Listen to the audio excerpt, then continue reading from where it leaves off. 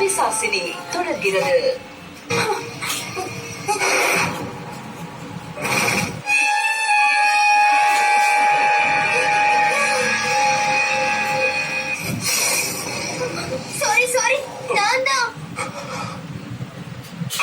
அவளோட ரூபத்துக்கு மாற முடியுமா இல்லையான்னு செக் பண்ண.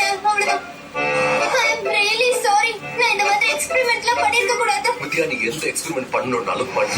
ஆனா அந்த பிசாசினியோட நிழல கூட இந்த வீட்டுல நாங்க பார்க்க விரும்பல. கண்டிப்பா அந்த பிசாசினி இன்னும் இந்த இடத்துலதான் சுத்திக்கிட்டு இருக்காங்கிற விஷயத்தை நீங்க மறக்கவே கூடாது.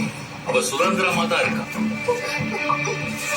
அன்னைக்கு இப்ப நம்ம குடும்பத்தை நெருங்குற தைரியம் அவனுக்கு நிச்சயமா இருக்காது.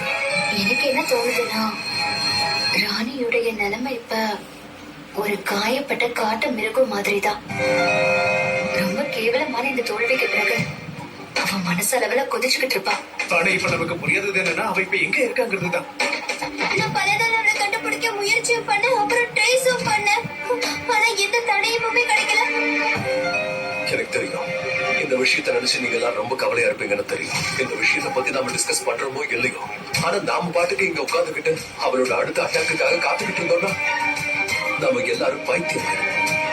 இனிமே நாம தான் அவளை ஃபாலோ பண்ணி போகணும். அவளை எங்க இருந்தாலும் தேடி கண்டுபிடிக்கணும். அதுக்கப்புறம் அந்த பிசாசியோட கதையை மொத்தமா முடிக்கணும். அவ திரும்பி வராத மாதிரி. ஆனா அதுக்கு அவ எங்க இருக்கான்னு தெரியணும்ல. நம்ம பாட்டுக்கு மறுபடியும் ஏதாவது ஒரு சக்கர வியூகத்துக்குள்ள கால வைக்க முடியாது. ராணி எங்கேயாவது ஒளிஞ்சிட்டு இருந்தானா? வாய்ப்புக்காக காத்திருந்தா? அவ இங்க இல்ல மம்மி, அது எனக்கு நல்லா தெரியும். அக்கம் பக்கத்துல கூட எங்கேயுமே இல்ல. கண்டிப்பாவா பவித்ரா? ஆனா நீ எப்படி அவளை தாக்குறதுக்கு நம்ம தயாரா இருக்கணும். அவன் எங்க இருந்தாலும் சரி, கண்டிப்பா நம்மள பழி வாங்கறதுக்கு ஏதாவது ஒரு சதி செய்வான்.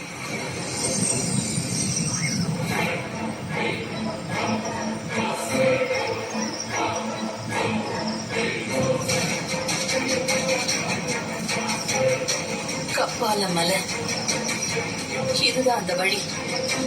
இது என்னுடைய இலக்கு அடைய வைக்கும்.